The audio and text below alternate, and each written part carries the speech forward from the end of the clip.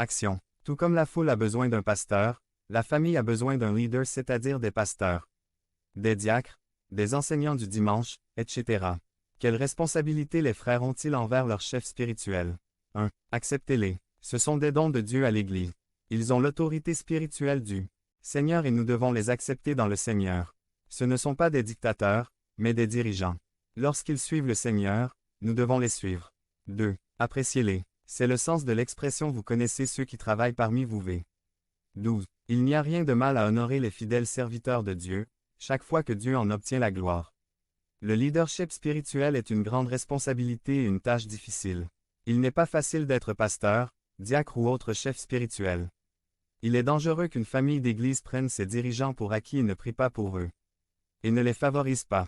3. Adorez-les. Quand nous sommes frères, les dirigeants sont parmi nous. Et en tant que dirigeants, ils sont sur nous. Dans le Seigneur, cela pourrait être une relation très éprouvante en dehors du véritable amour chrétien.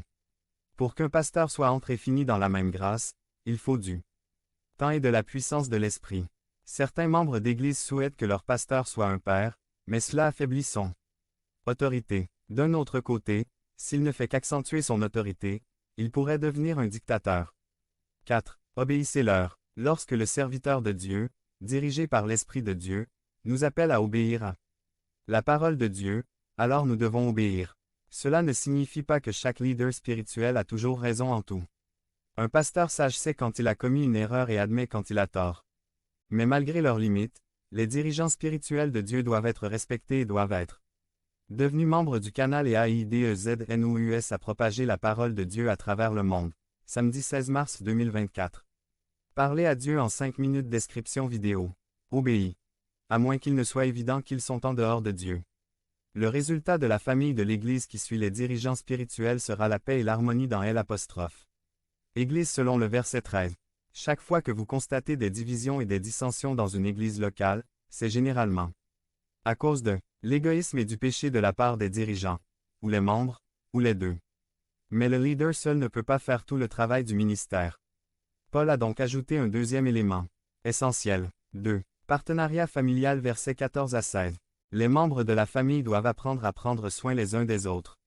Les membres les plus âgés enseignent aux plus jeunes et les aident lorsqu'ils sont en difficulté. Selon Éphésiens 4, 12, les dirigeants spirituels de l'Église sont censés équiper les membres pour qu'ils puissent accomplir le travail du ministère. Dans certaines églises, les membres paient les dirigeants pour qu'ils accomplissent le travail du ministère, et les dirigeants ne peuvent pas tout faire.